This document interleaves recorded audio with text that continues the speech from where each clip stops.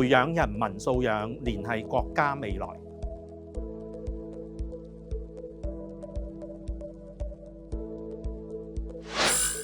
大家好，我係小童群益會嘅社工方 Sir。好多時候我哋都聽人哋講唔好掹、唔好嬲、唔好發脾氣，因為大家都覺得呢啲係壞嘅情緒，而要開心啲、積極啲，呢啲就係一啲好嘅情緒。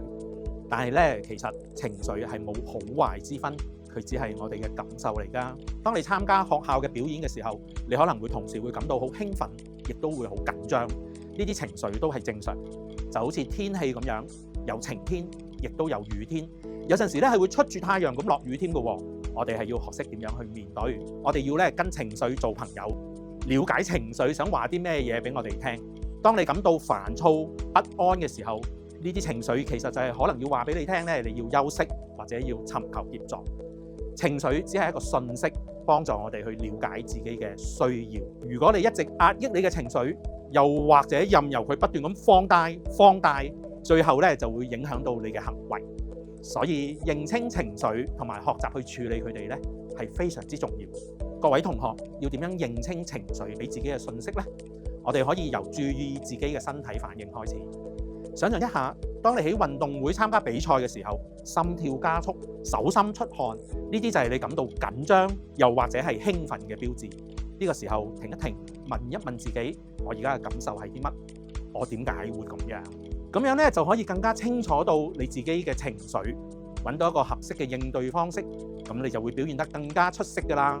有啲時候我哋嘅情緒係會好強烈，譬如當你喺公園同小狗一齊玩嘅時候，佢突然之間走失咗喎，跟住你見到你隻狗狗受咗傷，你可能感覺到好自責、好傷心，呢種感覺就好似個心撕裂咗咁樣，覺得自己錯得好離譜啊！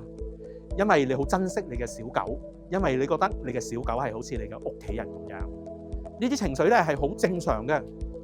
我哋又講另一個例子啊，如果你嘅同學搶咗你嘅八達通，跟住就走咗去買嘢食，你可能會覺得好嬲，嬲到好似火山爆發咁樣，因為你覺得唔被尊重，心裏邊有好多不滿。當你有呢啲強烈嘅情緒，不妨揾你信任嘅大人或者老師傾下，分享下你嘅感受，咁樣係可以幫到你揾到情緒俾你嘅信息，亦都揾到解決問題嘅方法。咁你嘅感覺就會好好多㗎啦。記住啊，情緒係冇好壞之分，佢係我哋生活嘅一部分。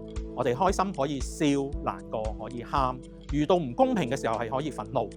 我哋要學識理解、認識同埋管理自己嘅情緒。希望大家都能夠理解自己嘅情緒，令到每一日都充滿色彩同埋快樂。各位同學，你哋都係非常特別嘅，讓我哋一齊努力，將情緒成為我哋嘅好朋友。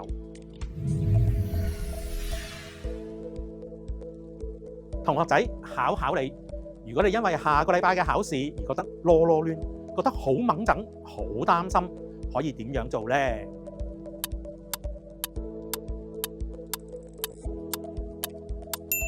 各位同學，如果你任由呢啲情緒不斷放大，身邊嘅朋友、同學可能就會怕咗你，唔想同你一齊玩㗎啦。其實你可以試下深呼吸，將心情平靜下。你亦都可以揾你信任嘅大人或者老師傾下，分享下你嘅感受，一齊去揾下情緒背後嘅訊息。跟住又可以學下點樣去面對考試唔同嘅方法，你就會覺得輕鬆好多，感覺好好多㗎啦。